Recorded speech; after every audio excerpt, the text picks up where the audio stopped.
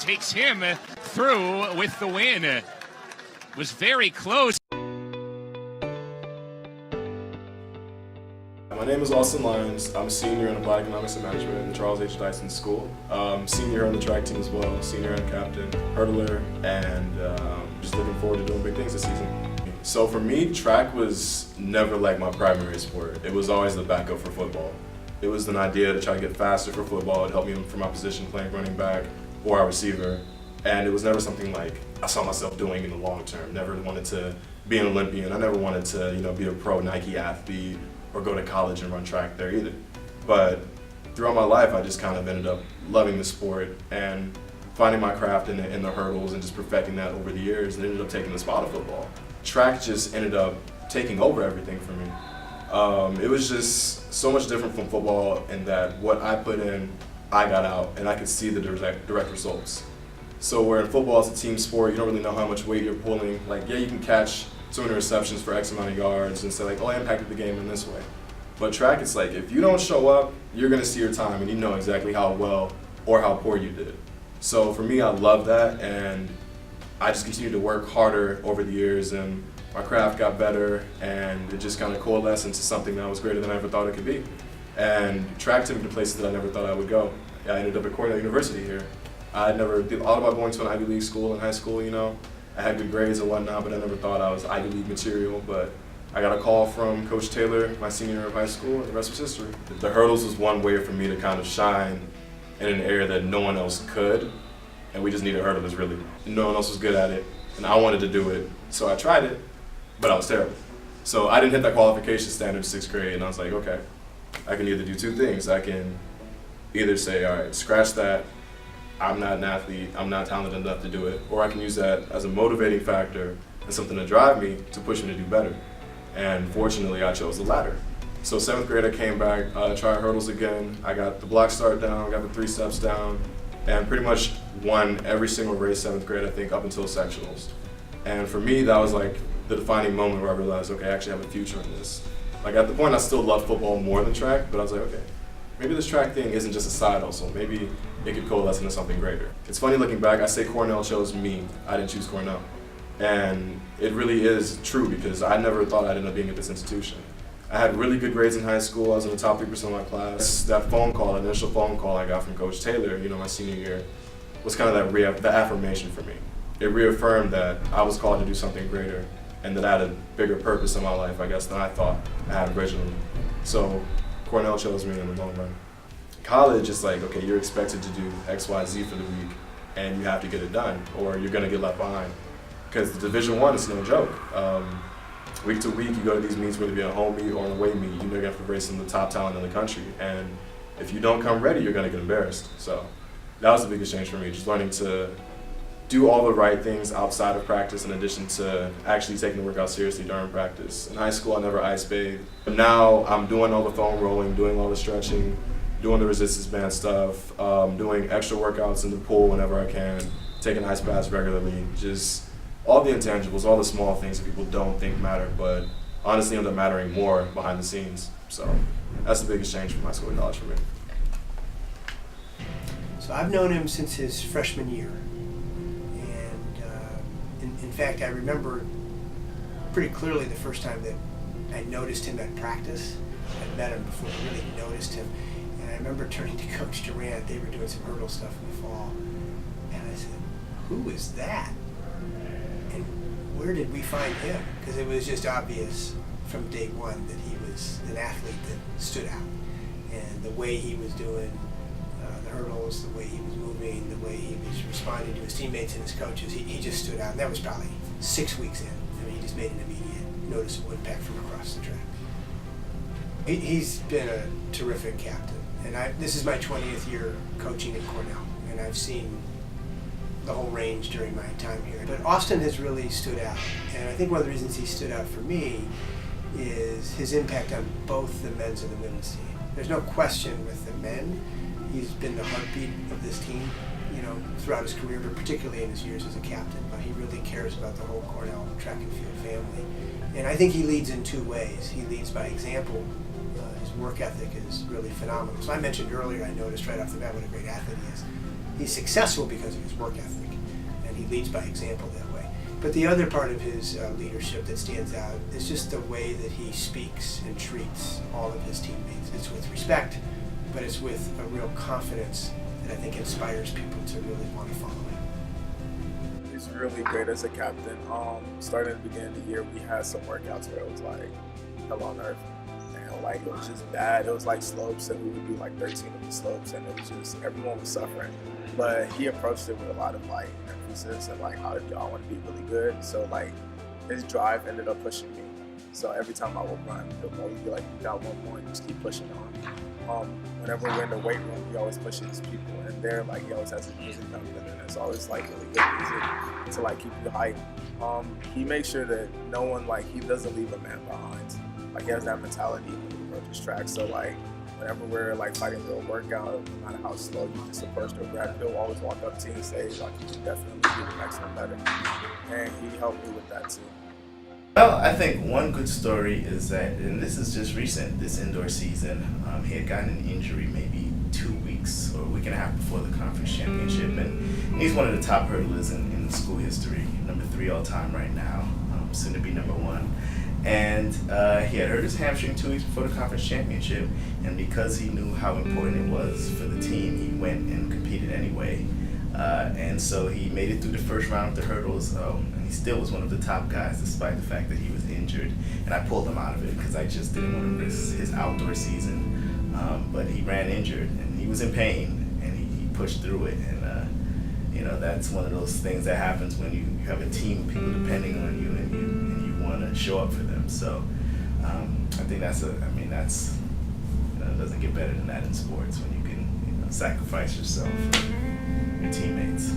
For me, college has not been an easy journey by any means in terms of my performance. Like, coming in, I just had so much pressure on me because we had a senior hurdler at the time, Max Hairston, one of the Cornell greats. His name is up on these walls as, best hurdler. He's got a banner outside of being a HEPS MVP, and he was a great mentor for me and a great leader at the time. While I was a freshman, just trying to soak in knowledge from him while I was here. But for me, it's like, having him beat me every single day in practice and beating me in meets is just like, oh my gosh, what's wrong? Why can't I be as fast as him? Like, I'm used to being, the top dog in my high school. And it just kind of went on for the next 3 years, just having to take a lot of L's in order to learn how to bounce back from them. So for me, injury's been one of the biggest things, hamstring injuries. High school, never got hurt a single time. My hamstring might have been tight 1 or 2 days, but I could still bully through it. That's something I learned in football, is just to run through stuff, fight through the pain.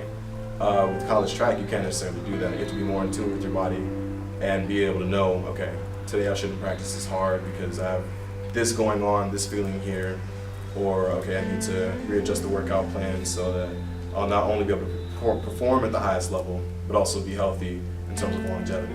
He had an unfortunate injury at the indoor HEPS, which was the most important meet of the indoor season, and that was really frustrating for him.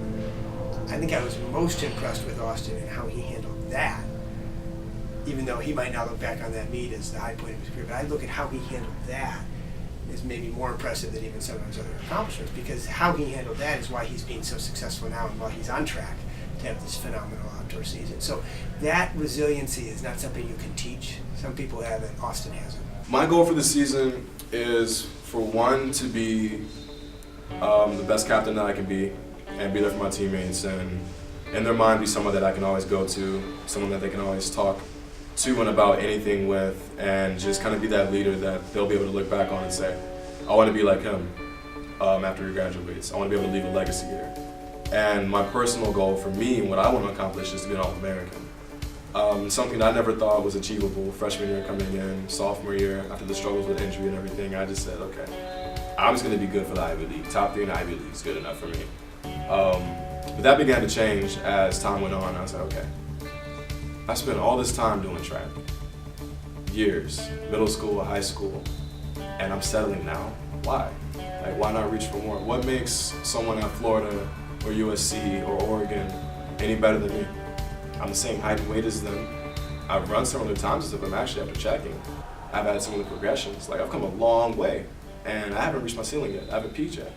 So why settle? So for me, my goal this season was to become an All-American and not stop at anything.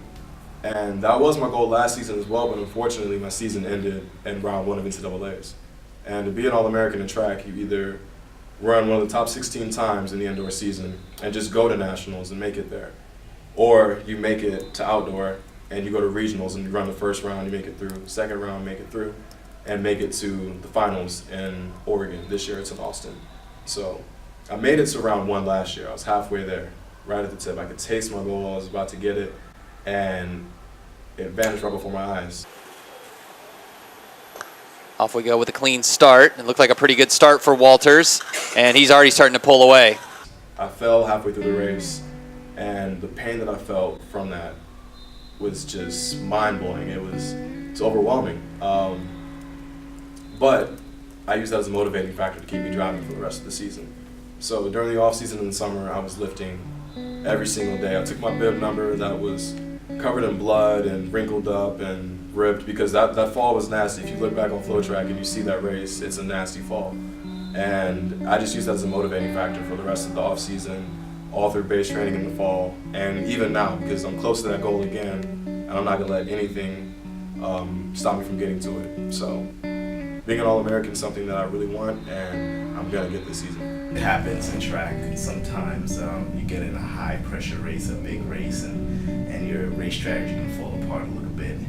I think that, well, I know that his start was off because he responded to all of those, national champion guys next to him, which could happen to anyone, especially your first time being in that type of situation. It's happened to me when I was a college athlete running against the top guys.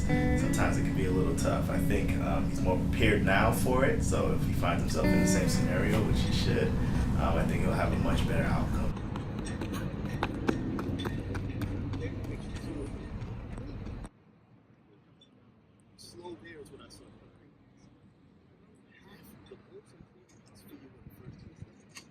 He's number 3 all time right now, and he's getting faster and faster every week.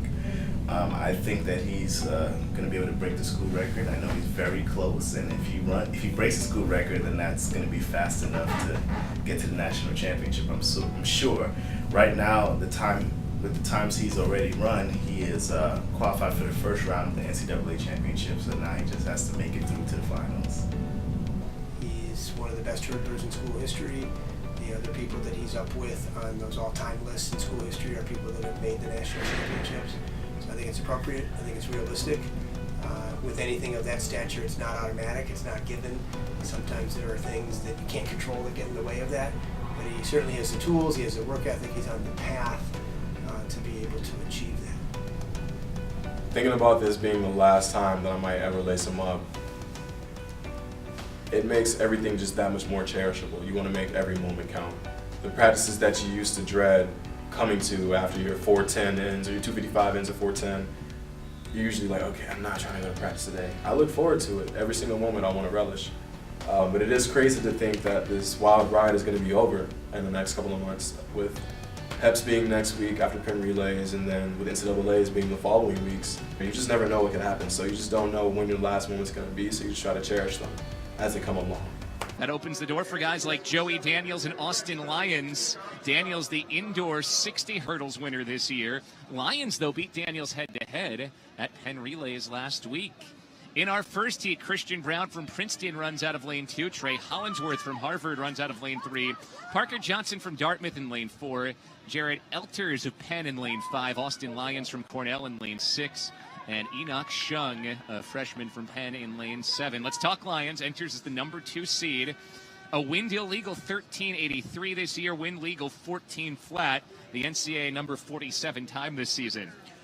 Yeah, it's good to see him running well and in the contention for the win here. I mean, indoors, he went into the indoor HEPS undefeated on the year, Bill, got injured in the prelims, wasn't even able to run in the final. And Daniels, who won this outdoor 110 hurdle meet as a freshman, got the win indoors. But I've never seen a guy win a race and be that unhappy. He wanted the Ivy League record, which he didn't quite get. Daniels, who will run the next heat, has won 4 of his last 5 races. Lyons off to a good start, as is Chung out in 7. Lyons starting to clip some hurdles, but he still leads. This is just pure speed from Austin Lyons with a push from Christian Brown on the inside, and it's a clean run for Brown that takes him through with the win.